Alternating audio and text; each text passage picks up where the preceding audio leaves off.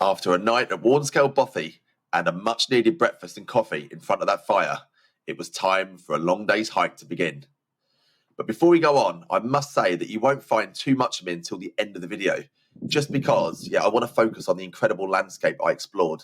Plus, I've got to say I was lucky enough to share much of the journey with a fellow solo walker that I crossed paths with. So anyway, on with the journey. My first target for the day was the well-known Haystacks mountain. To get there, though, involved entering a landscape that felt truly wild and remote. The weather was pretty grim as well, as you can probably hear.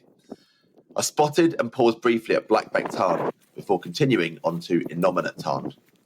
I'd heard of the great Wainwright, the man who spent much of his life exploring and mapping the area many years ago. This was his favourite spot and the place he had his ashes spread when he died.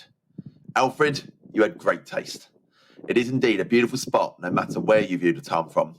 The backdrop of dramatic mountains is one I certainly won't forget in a hurry. I didn't pause long on Haystacks due to being totally clagged in, so crested the mountain and made my way down towards Scarth Gap Pass. Those views down towards Ennerdale weren't half bad either. It was here where the tough climb to High Crag began, and where I'd hear a shout from below, signalling the arrival of my walking partner for the rest of the hike. It was a slog to the top, so celebrating on our arrival was much needed.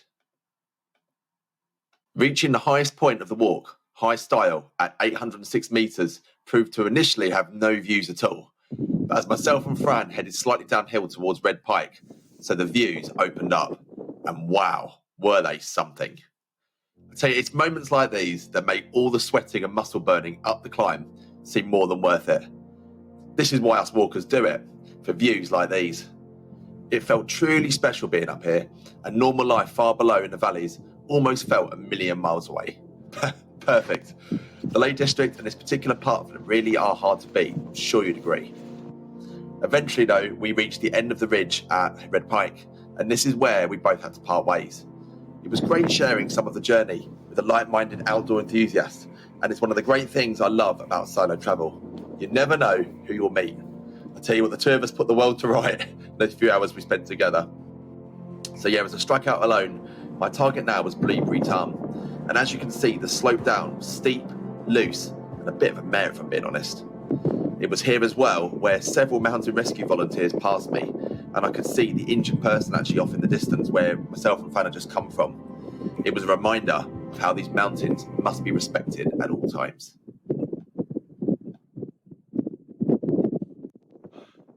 Alright guys, we've not seen each other for a while.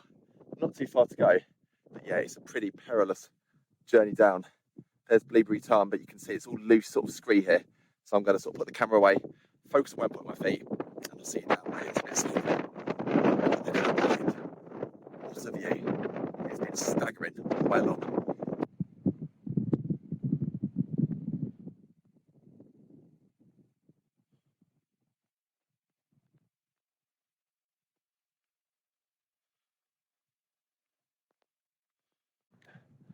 And so we get down to the safety of Buttermere Tarn. I tell you, the knees are tired now. That was hard on the body. Just had to concentrate all the way down as well. But what a stunning spot Buttermere Tarn is. It's about to disappear in the gloom again. It's been the story of this trip, hasn't it? Well, they've been in the cloud, above them or below them. But still, a staggeringly beautiful trip. And actually walking with Fran, meeting her and just sort of sharing some of the journey, just made it all the more enjoyable. So hopefully...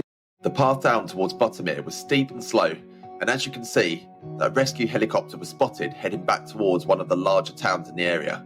What an amazing job they do, and I only hope the injured person was alright.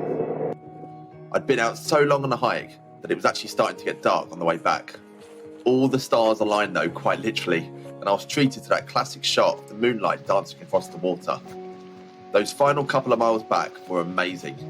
It was so peaceful, and I love walking back along Haystacks Pass with only the moon above as my guide.